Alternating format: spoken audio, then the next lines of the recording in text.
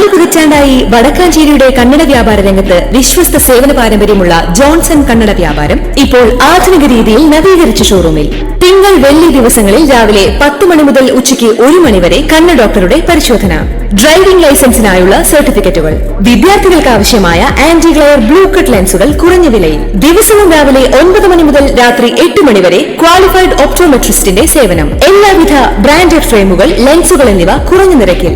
Johnson കണ്ണട വ്യാപാരം, John's tower, divine ആശുപത്രിക്ക് എതിർവശം, Vadakkanchery. Phone 94963474. Vadakkanchery Saint Pius 10th UP സ്കൂളിന്റെ സപ്തതി ആഘോഷങ്ങളുടെ ഭാഗമായി 70 ദിന കർമ്മ പരിപാടിയിൽ ഉൾപ്പെടുത്തി ക്യാൻസർ രോഗികൾക്ക് കേശദാനം ചെയ്യുന്ന പരിപാടി സംഘടിപ്പിച്ചു.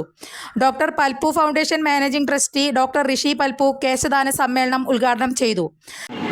ഈ വളർന്നു വരുന്ന കുട്ടികളെ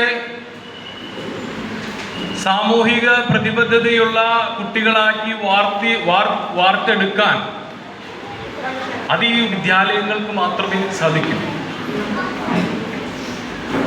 അതിന് ഇത്തരത്തിലുള്ള നേതൃത്വം കൊടുക്കുന്ന സെന്റ് പയസ് സ്കൂളിൻ്റെ സിസ്റ്റർമാരെ ആദ്യം ഞാൻ നമിക്കുകയാണ്. ഇപ്പം ഞാൻ ഡോക്ടർ പൽപു ഫൗണ്ടേഷൻ്റെ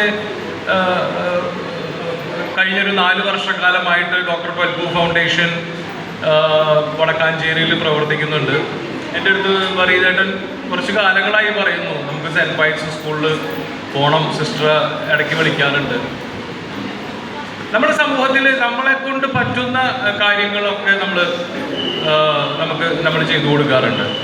നമ്മളെ സമീപിച്ച് വരുന്ന ആളുകൾക്ക് നമുക്ക് മുഴുവൻ ചെയ്യാൻ സാധിക്കില്ലെങ്കിലും ഞങ്ങൾ പരമാവധി നോ എന്ന് പറയാൻ ഞങ്ങൾ ശ്രമിക്കാറുണ്ട്. ഡിവിഷൻ കൗൺസിലർ ജിജി സാംസൺ അധ്യക്ഷത വഹിച്ചു.